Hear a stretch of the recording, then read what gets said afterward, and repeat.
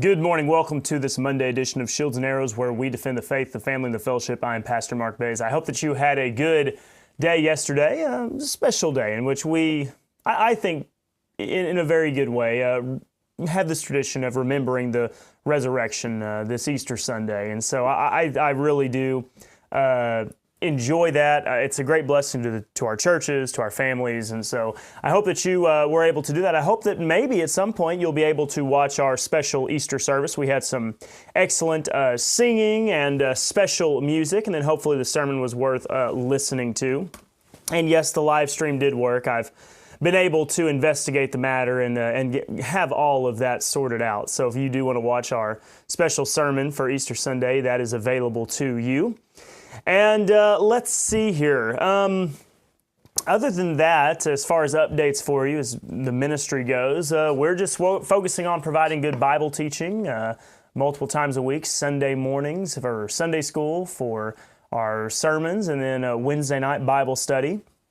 And then, of course, we're doing our daily show. There are other things that I hope to have accomplished soon. Working on trying to make sure the audio quality is good on Wednesday nights. I don't know why we're getting interference, but every now and then, I guess I don't always do the best about updating you on matters concerning ministry work, and so that's what we're focusing on right now. And so with all that being said, we do have a few interesting topics to address today. Pope Francis has passed away at the age of 88, I believe, and what I want to do is spend a little bit of time talking about what's next for the Catholic Church, for Catholicism, and the two different possibilities that I see. So Pope Francis has passed away. He has been in quite poor health for some time, and they knew that his time was short. We actually talked about the matter of Pope Francis's health, I don't know, a month ago, maybe 2 months ago, when he, I believe, was it that he was having, I can't remember if he was starting to have kidney failure. He had a number of health issues, though. I mean, he's 88 years old. That's certainly quite, he's in the realm of when you get to a certain age. He died of old age. Seems like oftentimes nowadays people don't say that term anymore. Have you noticed that? People often say, well, used to it was, somebody passed away of old age. But now it's always, well, so-and-so passed away of kidney failure, so-and-so passed away of a heart attack. I would just say, yes, there is often a particular cause of death, right? I mean, people don't just kill over and die for no reason. But I think we need to start acknowledging that our time on earth is only going to be so long. And yes, there is always the technical medical reason for something, but when you look at the course of human history, I mean, you get to a certain age when you're just not going to live forever. And I think it's a part of our society's mentality that we want to not accept the fact that death comes for us all eventually. So instead of, maybe just seeing that, Pope Francis died at the ripe old age of 88,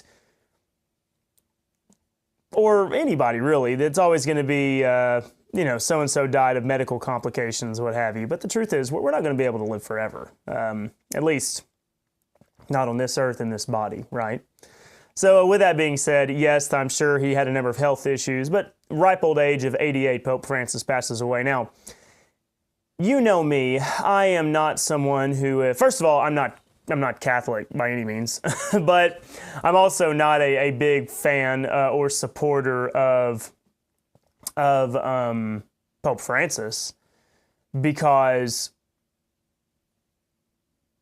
first of all, I disagree with Catholic doctrine in a lot of ways, but also Pope Francis was certainly known to be a more progressive pope. Now, there are some who are especially hard on Pope Francis, and many of those are the Protestants, very conservative Catholics maybe, but Michael Knowles is pretty conservative and he is Catholic, and he took a very kid glove approach to Pope Francis, I would say. With all that being said, it is very true that Pope Francis took a number of progressive positions. He supported,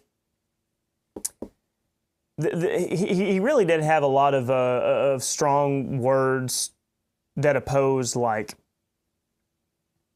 how am I putting it? Immigration, strict policies, right? He did seem to give some credence and words to, we need to let in all people. And it's funny how it's mostly reflected or directed towards the United States. So he had some comments here and there about those matters. He also seemed to take maybe a softer approach towards women in roles of a bishop. Like, he had a few, moments where he would kind of pay lip service to more of the modern progressive ideologies of women being in the role of, clerical roles, if we want to use that terminology. So there was that. He also had his moments in which he suggested that maybe there was blessings that, you could give to same-sex couples, things like that. But then also he would kind of come out and be a defender of traditional marriage. He seemed to be kind of wishy-washy, if that was the term that if I had to use a phrase to describe Pope Francis, he seemed to be wishy-washy. So let me say, first and foremost, he's certainly not the most conservative pope we've ever seen, I guess, which popes stick around for a long time. I mean, I guess I've been around for what, maybe 3 popes at the most, I guess? Maybe 3 popes. So, you're only going to see a few in your lifetime, truth be told. I will say, though, I am an optimistic pessimist. I think that for as bad as Pope Francis may have been on some issues, could be a whole lot worse. Now, some may ask, why am I even speaking to this matter? Like, why does it matter? I'm not Catholic. I really wouldn't even say I'm a Protestant. I'm reformed from the Protestants, okay? I protest the Protestants too. So I'm friends with no one, right? Nobody lets me play with them on the playground. But I do think it matters because we do live in society and culture. And if we want to defend the faith, the family, and the fellowship, we're going to have to figure out how to handle Catholicism. And Catholicism has an impact whether we like it or not. The Vice President of the United States, Catholic, a number of politicians are Catholic, and just a number of important public figures associate with Catholicism, right?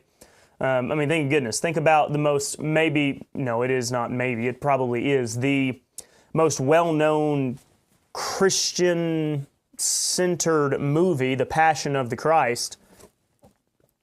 And so The Passion of the Christ was directed by a Catholic. So Catholics have a great impact on culture, especially how culture views Christianity.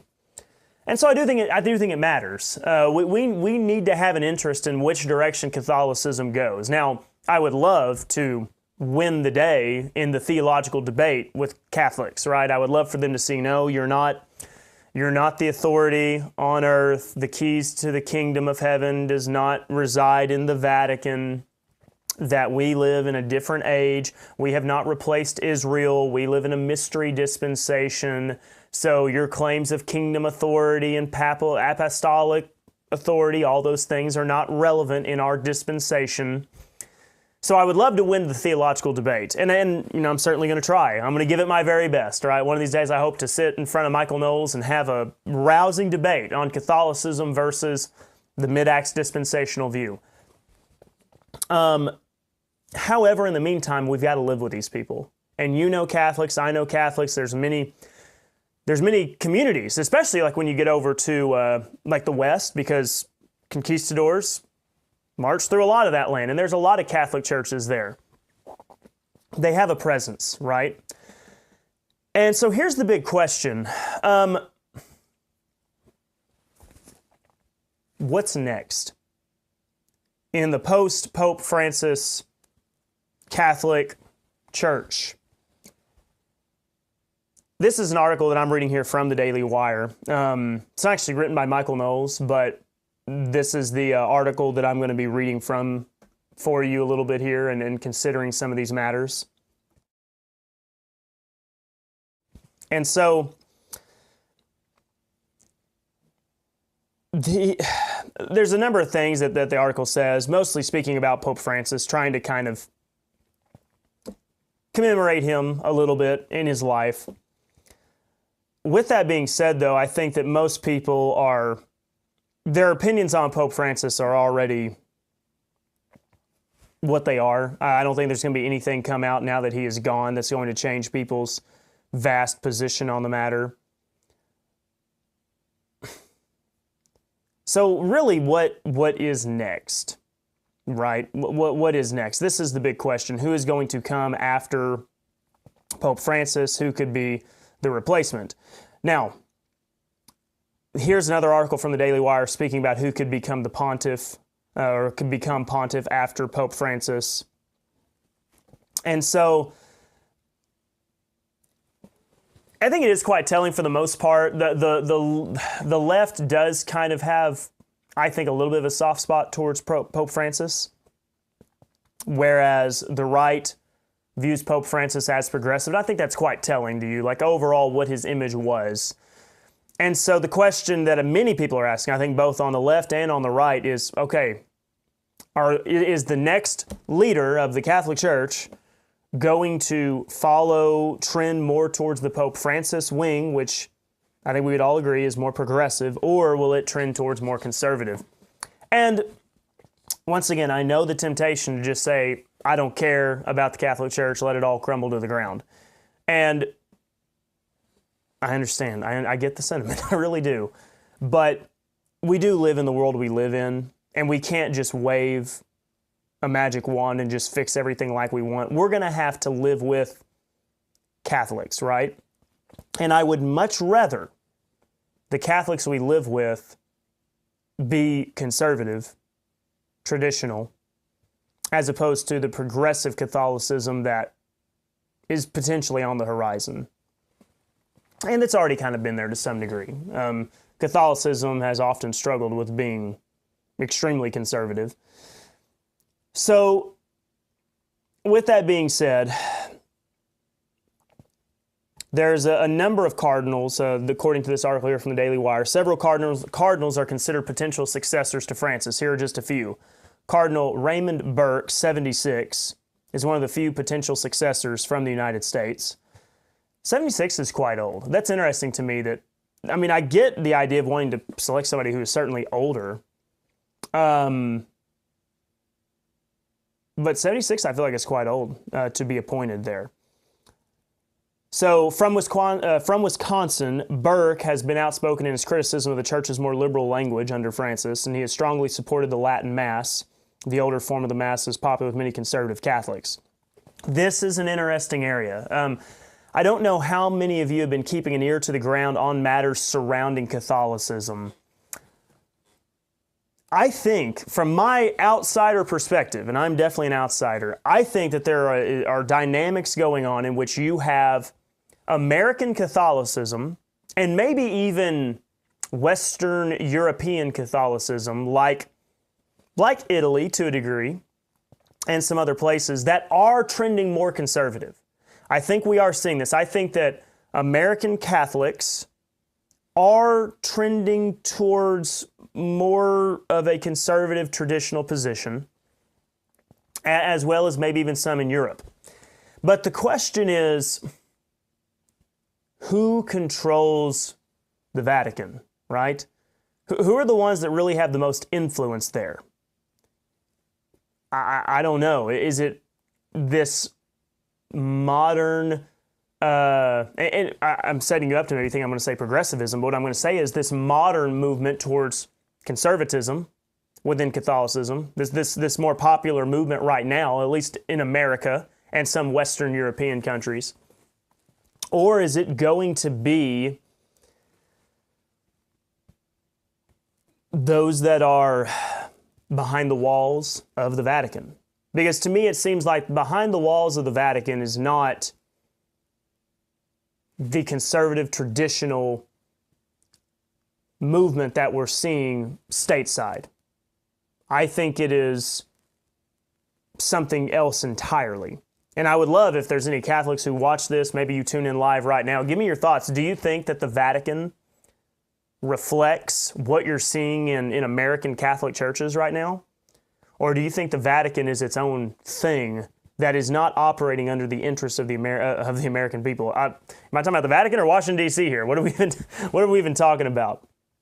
I think there's a lot of similarities in interesting ways. So here's this American Catholic cardinal.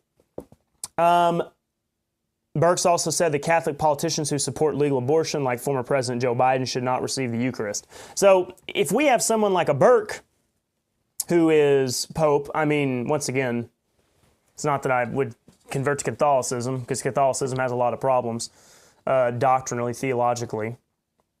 But I would rather there be a conservative Pope, because he's going to be influencing the Catholics I live around.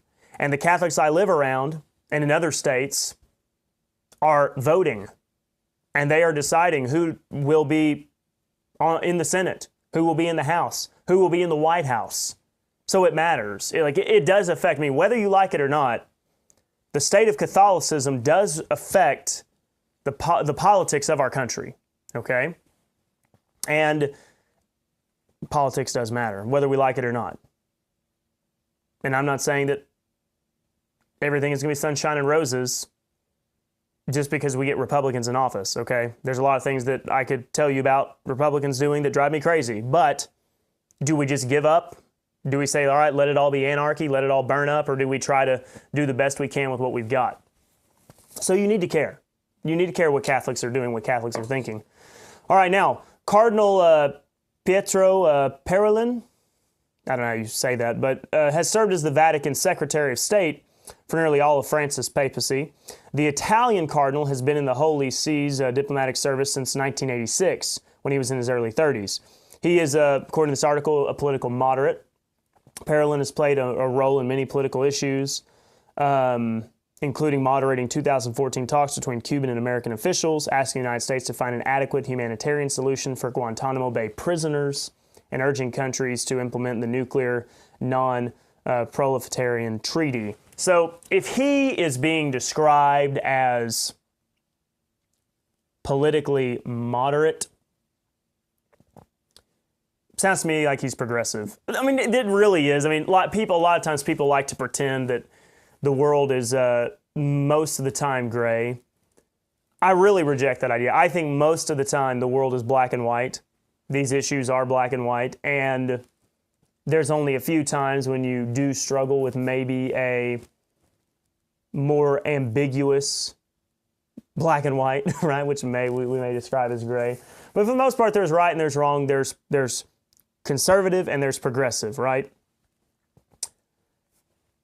To be politically moderate just tells me that most likely on major cultural, societal matters, this particular individual is going to side with the progressives. That's what that tells me, okay? So that would not be a good choice. Cardinal Fridolin Mbongo Pasungu, I have no idea, from Congo. 65 years old, has made headlines for his conservative stances. His papacy would be considered a referendum on Francis's more progressive one. Hey, I don't care where he's from. If he's more conservative, that's fine, right? I'll just have to learn to pronounce his name. Of course, he may give himself a new name, right, if he becomes Pope. Isn't that what they do? However, Basungu also brought critics and supporters of Francis together when he led African bishops in rejecting Francis's document, explaining that people in same-sex relationships can be blessed. And that was one of the more progressive things Francis did. But he did so with Francis's explicit blessing, which he got during an emergency trip to Rome. So there's him. So it looks like so far we've got two more conservative, we're hoping. But remember how, we thought we got a conservative on the Supreme Court in Amy Coney Barrett.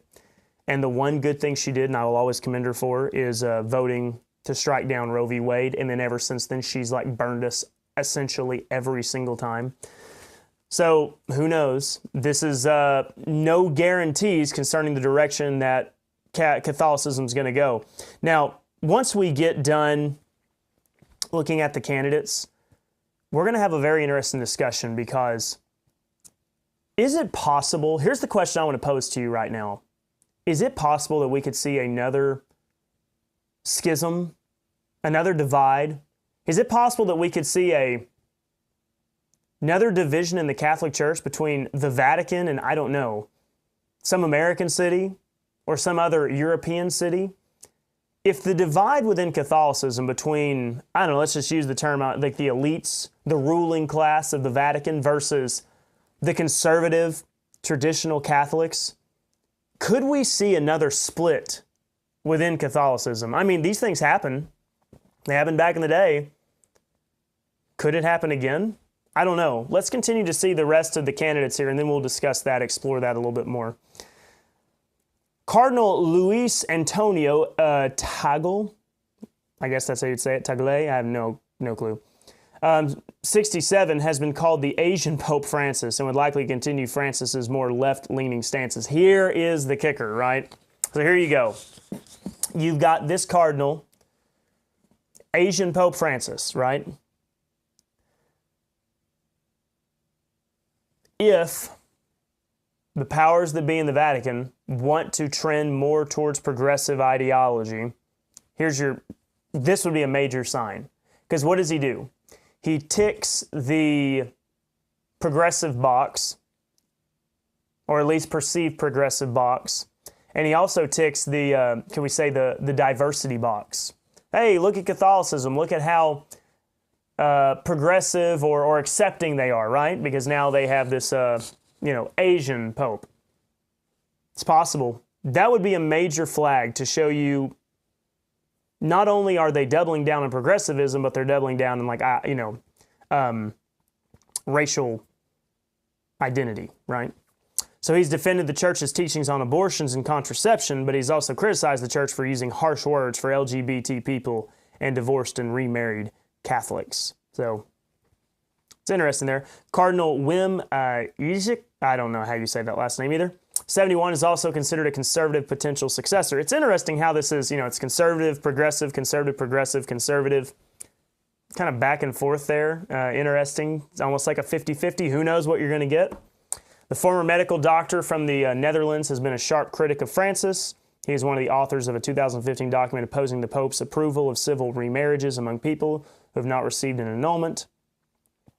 He's also criticized Francis for giving what he's called a completely incomprehensible response to a German bishops' conference proposal on allowing Protestants to receive the Eucharist. It sounds like he's a traditional Catholic. How conservative is he going to be on some other areas? I'm not sure. Cardinal Peter Erdo, 72, is a Hungarian cardinal who is, let's see here. He's expressed conservative views, including staunchly opposing allowing divorced and remarried Catholics to receive communion. He also said the church would not take in refugees because it would be akin to human trafficking. So, I don't know. I don't know what direction that they're going to go. And here's the thing. This is speculation. It's not like the list that we just read is a clear final list of all the potential candidates. I mean, there could be a number of people that are being considered that we have no idea about. So here is the question I have. Let's say that one of the progressives becomes Pope. Let me speak to whoever, and I don't know if we're getting any, but let me speak to any conservative American Catholics or even conservative European Catholics. What then? What then? Now, you may refer back to the long history of the Catholic Church and say, well, we've had bad popes before, we've had a run of bad popes, we've weathered the storm, all these things. Okay, that's fine. But how long until you really keep putting up with it? I mean, that's my question, I guess.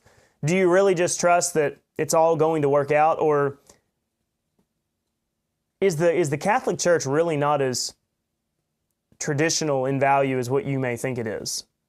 Are you viewing the Vatican and the papacy through biased, rosy-colored glasses? And that's what a lot of Christianity's done. We view a lot of, Christian history, which a lot of it is just Catholic history, as very rosy-colored. I mean, giving it every benefit of the doubt. I feel like Michael Knowles does that a lot. As a Catholic, he's very conservative, and he continues to be an apologist for like a lot of what Pope Francis did. I mean, when are you going to have some backbone? And here's where your theology may come into a problem, right? Because, hey, he's the Pope. He's been appointed. He can speak ex cathedra.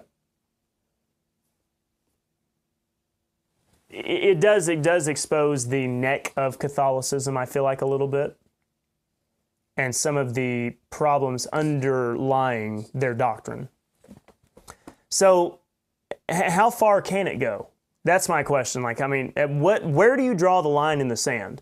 If you continue to get more progressive popes, and progressivism has gotten more progressive, plain and simple. I mean, they just continue to trend more and more into liberal ideology. So, is it possible that we could see a strong opposition amongst American Catholicism and maybe some Western Catholicism as well? How much power does the Vatican have? And who is really the most influential behind those walls? That's a big question. The problem with Catholicism, I think, that weakens them to be able to do much about it. They are so committed to the church. Like, that is where their devotion lies, in the church. That's a major problem for them. I mean, I will say this, it strengthens them. I mean, they're devoted to the church through thick and thin, whereas, many Christians over here in America and other places, if the church so much as hurts their feelings just a little bitty bit, they wash their hands and they're done. They give up on churches. But then they'll continue to root for the Dallas Cowboys, who continue to lose year in and year out. But Catholics aren't like that. They really do have a strong commitment to the church. I mean, they're gonna ride that train to wherever it's gonna go. And there's also so much. I've learned from listening to people like Michael Knowles and other Catholics, there's a great deal of, I guess I would use the term mysticism within Catholicism. Like the very fact that Pope Francis passed away like today, right? They're going to tie somehow, the Pope passing right after Easter. This is a sign from heaven. It's a sign from God. They're going to just continue to have their own positive feedback loop, or whatever term you want to use, to reinforce their ideology that the Catholic Church really is the one true church. So they're going to look for all these signs, all these pieces of evidence that point to, yes, this is the one true church. And they have story after story after story of, well, this thing happened on this day. And when this pope was appointed, this thing happened. And when this pope died, this thing happened. And they've got all of their little signs, all their little clues that they believe indicate, yeah, that's a clear message from heaven above that this is what was supposed to happen. We're on the right track. God's just confirming once again that we are the one true church. The truth is, you can look for signs in anything. You can make anything a sign. You can make anything a message from the Lord. Whether it's your car breaking down, you getting a sandwich for lunch, you name it. If you are looking for signs and wonders to point you in the right direction or to confirm your preconceived notions, yeah, okay, look at it. There you go. Pope Francis passed away the day after Easter. How fitting is it that the Pope of the one true, holy, universal church went to go be with the Lord? It's an interesting speculation. If we start talking about actual salvation, how are we saved? And it ain't by taking the Eucharist. And it ain't by being baptized. It's by believing in the gospel. Believing in the shed blood and the resurrection of Christ. That is how we are saved, by grace through faith. So, I don't know. A good Catholic, to actually receive salvation by faith alone, not adding his works into the mix, it's a tall order, because Catholicism, like I said, has a lot of tradition and a lot of bad doctrine.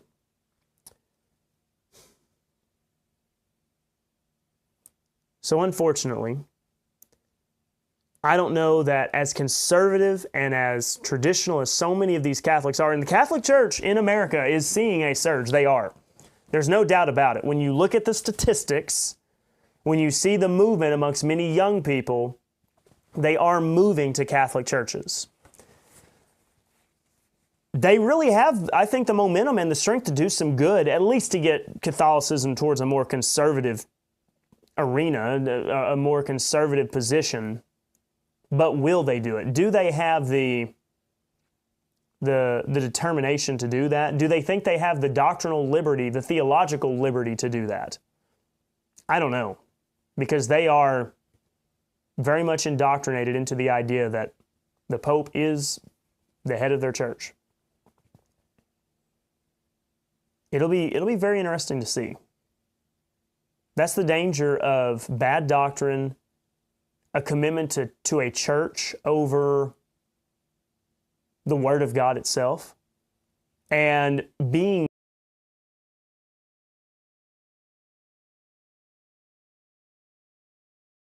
trying to look for the deeper, hidden, mystical meaning. Okay, they're always doing that. Stop doing that. Stop trying to read the tea leaves or whatever sign in the sky to look for God's guidance and direction. Okay, because when you do that, you know what you do? You start making stuff up, and you can find 100 little things here and there to connect the dots. And then you can build an entire doctrine or theology out of your own personal little experiences looking for your signs and wonders. And Catholicism does it a lot. One of their arguments is, well, the proof that the Catholic Church is of God is the fact that it's been so poorly ran all this time and yet still remains today. It still exists. So you're saying one of the reasons why you believe the Catholic Church really is the authority, the kingdom authority on earth, is because it has been run so poorly, and yet it's existed as if God's divinely preserving it. I mean, I don't know. Is really Catholicism today what it once was? I mean, there was once the Holy Roman Empire. I mean, it was the Pope chose kings, folks. Is what exists today, being called Catholicism, really what it once was? And what was the Catholic Church in its earlier days? When you look at how Islam made so much progress, it wasn't people sharing the good news of Muhammad. It was, hey, either you convert and you get in our army and you give us your resources, or we're going to kill you, and we may just kill you anyways. When you look at how Catholicism spread, it was a lot of conquering in the name of Christianity. We're going to go and conquer these people, and we're going to build a church, and so it's okay. I mean, it was the name of history. I mean, or that was the game of history, going and conquering and establishing your society. But if that's... Catholicism has not been exactly consistent throughout its entire history. I think if we look at the doctrine of Catholicism, if we look at the practices of Catholicism, it's not like it has been this consistent position and practice and establishment all the way from the beginning. I think the name has survived, and you can trace the trails, and there's people today who are holding to their identity as Catholic, and there's a city today called the Vatican, which is clinging to the traditions of Rome, and they're saying it's divine evidence. I don't know. I guess I'm too much of a skeptic. We do have Dr. Campbell in the house, and Kitty, she was raised Catholic, so here's her thoughts. As a Catholic school refugee, I can definitely say that I was taught that the Catholic Church was the one true religion and the Pope is infallible. Yeah. And so you're exactly right. And when you're brought up with that, and you're not given the liberty to question the Pope, or at least you're greatly discouraged to do so, and I'm being, generous there maybe. I get it. I know that a lot of you conservative Catholics out there, whoever may be listening to me, I doubt we have hardly any Catholics listening. I know you conservative Catholics think that you're going to be the ones to save America. Now, I've heard that language. I've seen it on the internet. I've seen it in videos. Listen, the American Catholics believe that they are the answer, that they are the solution. I mean, here's the thing. I don't care who's in the White House. I don't care who's on the Supreme Court. If you're standing for conservative values and constitutional values, I'm for you. Okay? J.D. Vance, I think, has done a good job in a lot of ways, and he's Catholic. We would disagree on a lot of theology, but you know what? He's so much better than cackling Kamala Harris, so that's great. Good. But if you are not willing or even able, based on your theology, to acknowledge and address the serious issues going on with the papacy, with the cardinals, with the Vatican, and even with some of the bishops you have in your churches here in America, if you are not going to do something about it, and you're going to do like so many, and Michael knows a lot of respect to you, but if you're going to whistle past the progressive ideology that is being spoken by your highest priest, which I don't have, there's only one I appeal to, his name is Christ. I don't think you're going to be able to do anything. I really don't. Sorry, but I don't think you're going to be able to save America, because you're not even going to be able to save your own churches. You're going to have some backbone and stand up, but does your theology allow it? Why is it that this priest, the highest office in the one true church, why does he not represent good doctrine? Even by Catholic traditional standards.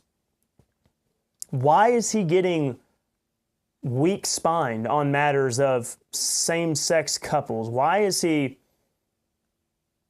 getting weak-spined on matters of nations and borders? Didn't there used to be nations and borders with the Roman Empire?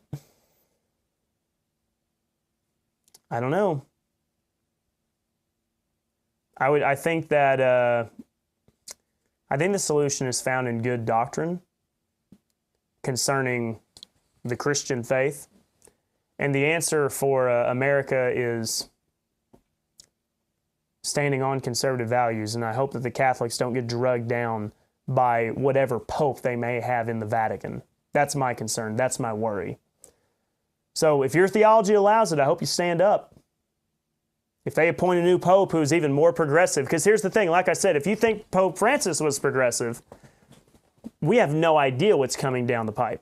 We have no idea who comes next and what influence he may have on so many people and politics. So I hope you're going to be willing to stand your ground when the time comes. Maybe you need to build your own little Vatican over here and quit worrying about what he says over there. But that may be too problematic for your theology. All right. Hey, I do want to remind you, we have our new website up and running. There's a few things I want to update for you, but I'm working on getting it where I want it to be. But if you go to markbazeministries.org, not the original www, which is still there, but this is our new website. And we, for the most part, are able to upload all of our new sermons. So here they all are right here. You can watch them. You can see them. I'm working on getting sermon notes uploaded as well. I've had a number of people reach out to me asking about that. These things are just going to take a little bit of time. I do apologize for that. I'm going to work on some of that probably this afternoon. But this is new. And the thing that I really like about it is what we've got going on here is you can view the live stream. Like there it is. So you can view the live stream in real time. And this website's been made possible by you, your support. There is a donate button over there. And we also have some other options as well. If you want to help support this ministry, you make it all possible. Okay, let's go ahead and move on from talking about Catholicism today. And let's talk about Yahoo News. I sometimes just like to check and see what news is out there. And here's an article from BuzzFeed. BuzzFeed is a very young liberal type news website. And so I just had to talk about it. I think it's worth noting. Here it is. BuzzFeed, I took my white husband's last name. I didn't realize how it would affect the rest of my life. So here is this article here on BuzzFeed, this woman talking about how she took her white husband's last name, which I don't know why she felt the need to include the race of her husband, but the article says, I didn't want to change my last name. I dragged my feet as a young 21-year-old bride, waging an internal battle between my desire to maintain my identity with the desire to embrace my new husband, which tradition insisted included his name. Let's just stop right there. I'm very traditional, very old school. We've talked about this matter briefly before, but I want to rant about it some more. So first of all, she said, I didn't want to change my last name. Why not? She says she wanted to maintain her identity. Well, I'm sorry. I hate to break this to you. When you get married, you do not keep your identity. Because now you are one flesh. You have left the house of your father, and you are now in the house of your husband. I know, very controversial stuff. The Bible's very clear that the man is the head of woman. Your identity does not remain who you were before your marriage. You are not the same person. And the identity as the man, it does change as well. You're no longer just a happy-go-lucky, free-willing bachelor. When I was a young man, but before I was married, I would go hog hunting with my friends, like any given random night of the week. I don't get to do that anymore. I have to schedule these things quite a bit in advance. Your identity fundamentally changes. Marriage should mean something. Now, I know in our modern times, couples live together before they're married, and they play like they're married before they ever make their vows, and so marriage doesn't have near as much meaning as what it once did. But that's not the proper view of marriage. Marriage is a fundamental change. Something new happens, and you take on a new identity. You become one flesh, the man and the woman. So your desire to maintain your identity is wrong. Why get married? If you are not willing to enter into this marriage, or if you are wanting to maintain your unique identity, what's the point of getting married? So you can benefit from the extra income of your spouse? So I don't understand your entire idea, the entire premise here. You are not your own. Paul writes about this. The husband's body is not his own, and the wife's body is not her own. So this idea of maintaining my identity when I get married, and to show proof of that, to show that I have my own identity, I am staying my own person. I'm keeping my own name. This is a modern trend, and it is, how do I put it, stupid. All right? It's a very stupid thing. And I'm going to be very unapologetic about this. Okay? You know me, there's certain times that I get fired up and there's a position I take, and this is the line in the sand. It is a stupid thing for the wife not to change her name. No wonder divorce rates are so high, because you never committed to it in the first place. If you're not taking your husband's name, you're not committing to the idea of being one flesh. You're saying, I am my own unique person, and we are not really in a lifelong commitment. Here's the article goes on. For months after our wedding, I fought the decision. So you got married and you didn't even make up your mind? You fought the decision, playfully suggesting that my new husband take my surname. So, okay, yes, your husband is such a wimp, spineless loser that he's going to change his name to yours, which is a Shiozawa, because she's Asian. Then the article says, but the idea of a white man taking a Japanese surname when I had 3 brothers to carry it on, as though that would be the only valid reason to consider it, seemed absurd to everyone else. Because it is absurd. It's ridiculous for the husband to take the name of the wife. The husband is not going into the house of the wife. The wife goes into the house of the husband because he is the head. He is the caregiver. That's his job. And I use the word caregiver as he's the one to care for her. It's his responsibility to protect her. That is his job. That's why the Bible does speak to this when you see like Jesus saying the man must leave his father and mother. It is his responsibility now. He cannot stay under their house. He must do his own job. It is his responsibility to lead and care for the family that he will now be creating with his wife. So this idea of the wife giving her name to the husband is absurd. It's disordered. It's wrong.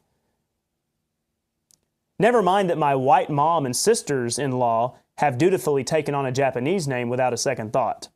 So I guess, her father's Japanese, her mom is white. Yes, they take on the Japanese name without second thought because that is their job. That's their job to take on the Japanese name because it is their father's name. Notice how I'm not being a racist here for all, the progressive liberals who want to whine and complain. It's not a matter of race. Oh, I don't like that last name. You take on whatever name, no matter how dumb the name may be. I don't know. If my daughter finds a boy and marries and wants to marry him, and his last name is I don't know, what's a silly last name? Glupenstein. An interesting last name, but whatever it is, you take the name. You just do. You'll become Mrs. Glupenstein. This idea of it's terrible for a man to take a Japanese last name. No, that's not the problem. There's a lot of men who have Japanese last names because they're Japanese. Because they're Japanese. It's not because they changed their name to their Japanese wife. But if I didn't adopt my husband's surname, I'd be branded the worst kind of F word in a conservative community, feminist. Yes, that's because you would be a feminist if you did not take your husband's last name. That is exactly right. Anybody who calls you a feminist for not taking your husband's last name is correct in doing so. Because you are being a feminist. So I eventually, if begrudgingly, complied. What I didn't understand then was the way that decision would affect the rest of my life. 2 years earlier at 19, I had visited Japan for the first time on a university study. She goes on to share this story of her being in this trip to Japan, and she had white classmates with her on this trip, and she was multiracial, so she was an outsider, and everything is racist. In Japan, introductions begin with the family name first. Shiazawa Arasan Desu, I guess that would have been of her name. The look on Japanese faces as they analyzed mine, their wheels turning, was a look that was all too familiar. It's the same one I've seen on countless faces when meeting other Americans, eyes narrowed, brow furrowed, and some iteration of, what are you or where are you from? So it's all about her. Poor her that, I guess, because she's part white, there's a little bit of confusion from her own Asian community as far as who she is. It's like, and this whole article is I, me, me, me, I. Growing up with the surname Shiawaza in a predominantly white community, I was the Asian girl wherever I went. Sports, church, class, work. You know what? My ultimate thought to this whole silly article is get over yourself. Get over your, suck it up, buttercup. Boo-hoo. So your life is so difficult because people would look at you being partially white and having a Japanese name and be confused. But now that you're married to a white guy and you took on a white name, now they're confused again because now they look at you and say, oh, but you look Japanese, but now your name is English. She says, if I could go back in time, I wouldn't change my last name. But 3 kids and a dog later, what I once saw as just my husband's name has become our family's. Yes, that's a very good thing. Look at this. Like, that is a very good, that's your family name. Because families have one name. It's not just the name that I share with my blue-eyed husband, but also our 3 brown-eyed, brown-haired children.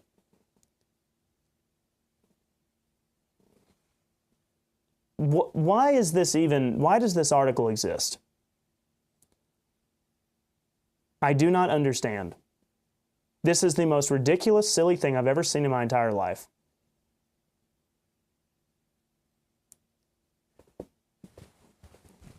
In conclusion, this is a woman who is so self-absorbed that she would like to go back in time and not change her last name just because it has minorly inconvenienced her in her life. Who cares?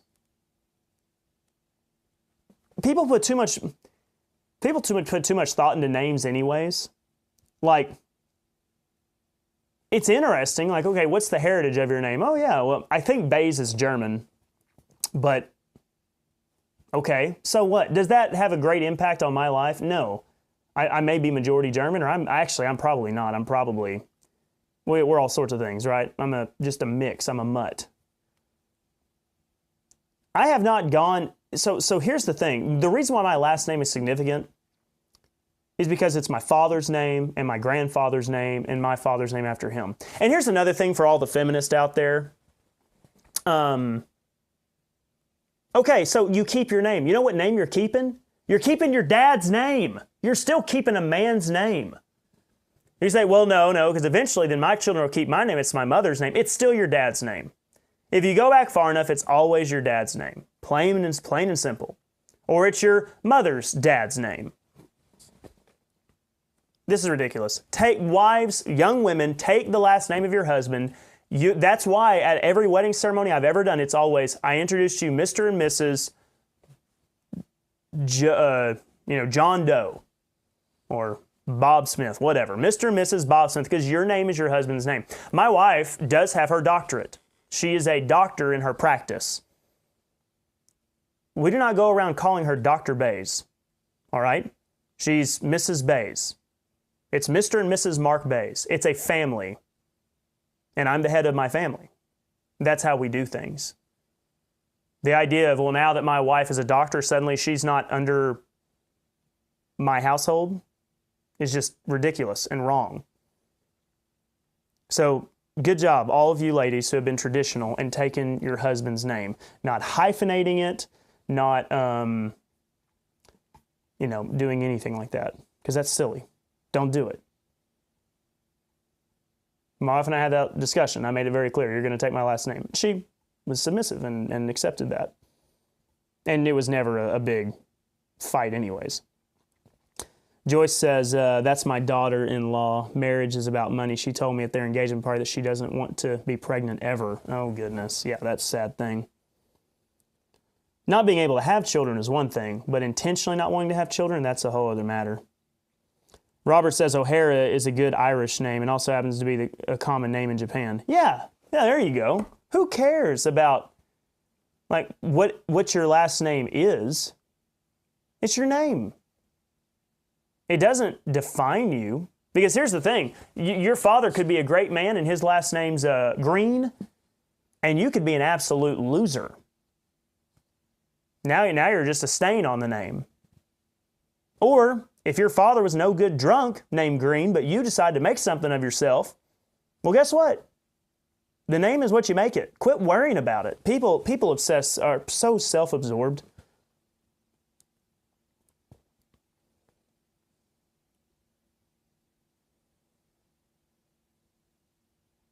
So anyways, that's my silly article that I want to talk about today. So tomorrow, we'll be back here with more. I'm going to go ahead and cut you loose a little bit early today, not by much. I will say I may be